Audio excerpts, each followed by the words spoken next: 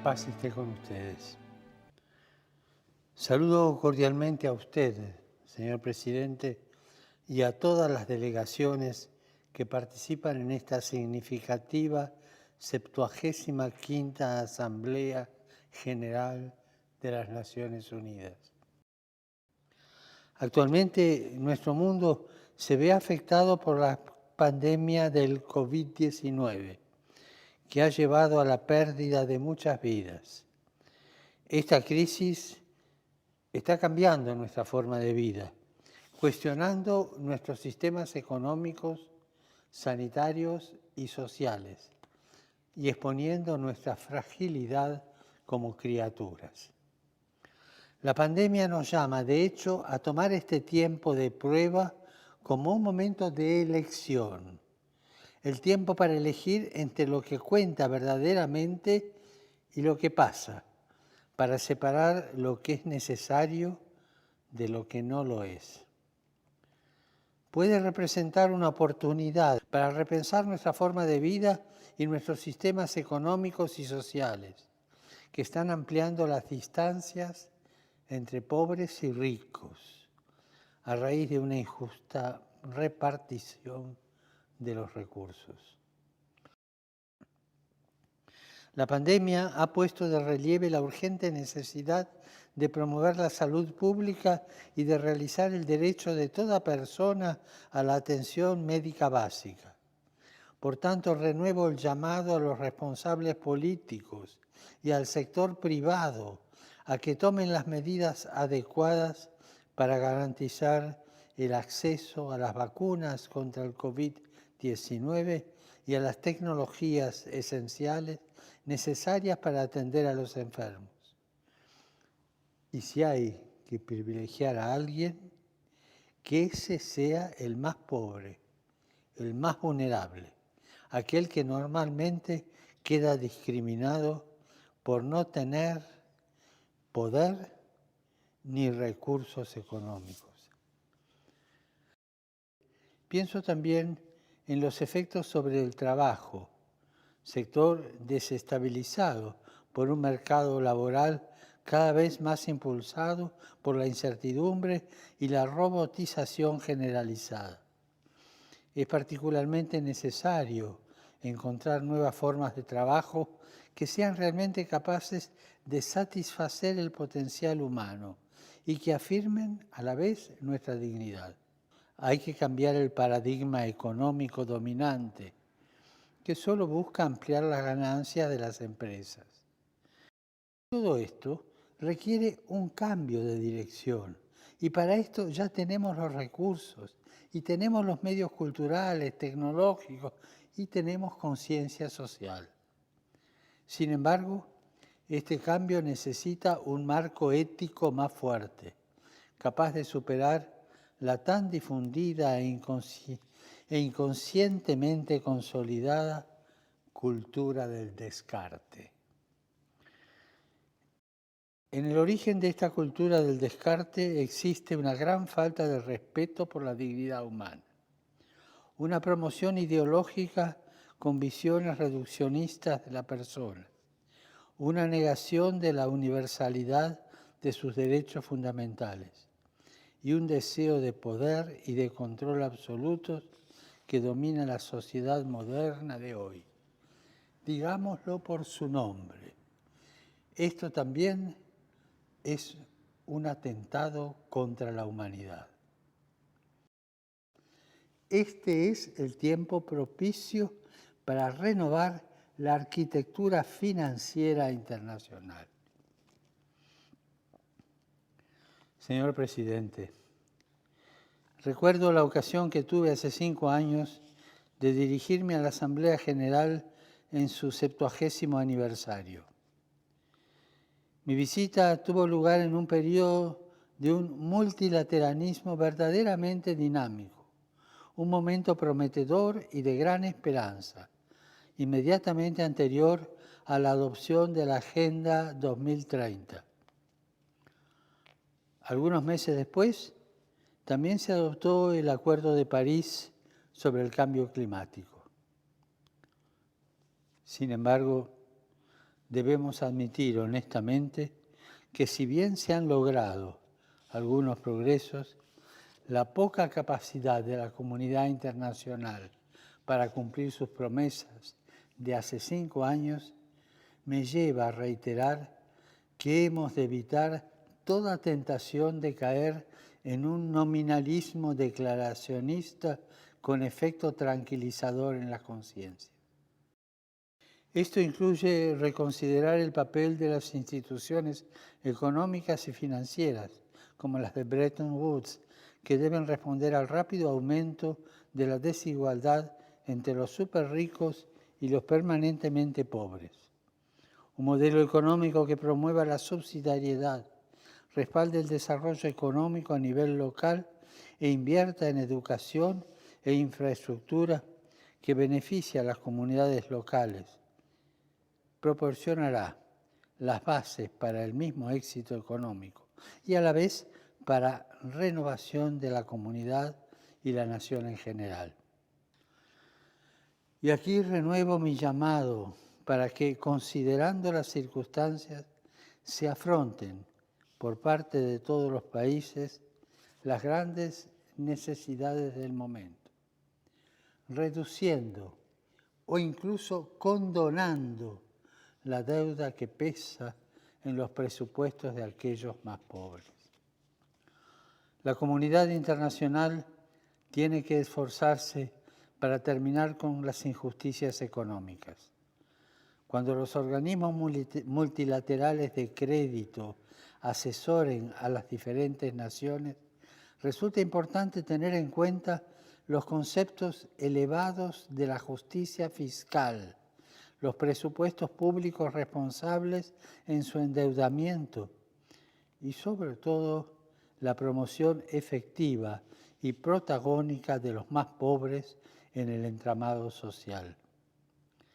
Tenemos la responsabilidad de proporcionar asistencia para el desarrollo a las naciones empobrecidas y alivio de la deuda para las naciones muy endeudadas.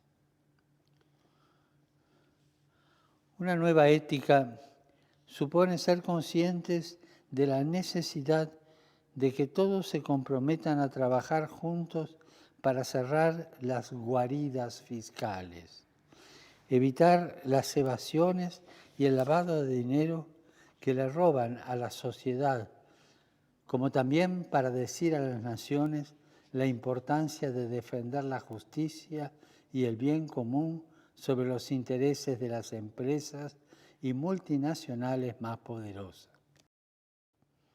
Muchos son víctimas de la trata, la esclavitud sexual o el trabajo forzado, explotados en labores degradantes sin un salario justo. Esto, que es intolerable, sin embargo, es hoy una realidad que muchos ignoran intencionalmente. Estamos presenciando una erosión del multilateralismo que resulta todavía más grave a la luz de nuevas formas de tecnología militar, como son los sistemas letales de armas autónomas, LAWS, que están alterando irreversiblemente la naturaleza de la guerra, separándola aún más de la acción humana. Las armas convencionales se están volviendo cada vez menos convencionales, sobre todo en áreas pobladas, arruinando ciudades, escuelas, hospitales, sitios religiosos e infraestructuras y servicios básicos para la población. Cada vez más armas de destrucción masiva. Y en particular, la disuasión nuclear fomenta un espíritu de miedo basado en la amenaza de la aniquilación mutua que termina envenenando las relaciones entre los pueblos y obstruyendo el diálogo. Por eso es tan importante apoyar los principales instrumentos legales internacionales de desarme nuclear, no proliferación y prohibición. La Santa Sede espera que la próxima conferencia de revisión del Tratado sobre la No Proliferación de Armas Nucleares, TNP, resulte en acciones concretas, conformes con nuestra intención conjunta de lograr lo antes posible la cesación de la carrera de armamentos nucleares y de emprender medidas eficaces encaminadas al desarme nuclear. Señor presidente, debemos preguntarnos si las principales amenazas a la paz y a la seguridad, como la pobreza, las epidemias y el terrorismo, entre otras, pueden ser enfrentadas efectivamente cuando la carrera armamentista, incluyendo las armas nucleares, continúa desperdiciando recursos preciosos que sería mejor utilizar en beneficio del desarrollo integral de los pueblos y para proteger el medio ambiente natural. Además, muchos se ven obligados a abandonar sus hogares. Con frecuencia, los refugiados, los migrantes y los desplazados internos en los países de origen, tránsito y destino sufren abandonados, sin oportunidad de mejorar su situación en la vida o en la de su familia. Peor aún, miles son interceptados en el mar y devueltos a la fuerza a campos de detención donde enfrentan torturas y abusos. De hecho, es doloroso ver cuántos derechos fundamentales continúan siendo violados con impunidad.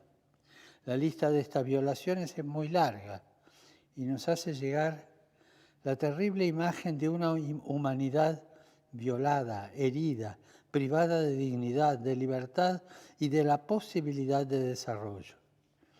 En esta imagen, también los creyentes religiosos continúan sufriendo todo tipo de persecuciones, incluyendo el genocidio debido a sus creencias. También, entre los creyentes religiosos, somos víctimas los cristianos. ¿Cuántos sufren alrededor del mundo, a veces obligados a huir de sus tierras ancestrales, aislados de su rica historia y de su cultura? También debemos admitir que las crisis humanitarias se han convertido en el statu quo, donde los derechos a la vida, a la libertad y a la seguridad personales no están garantizados. Los tantos esfuerzos internacionales importantes para responder a estas crisis comienzan con una gran promesa, entre ellos los 2 pactos mundiales sobre refugiados y para la migración. Pero muchos carecen del apoyo político necesario para tener éxito. Otros fracasan porque los estados individuales eluden sus responsabilidades y compromisos.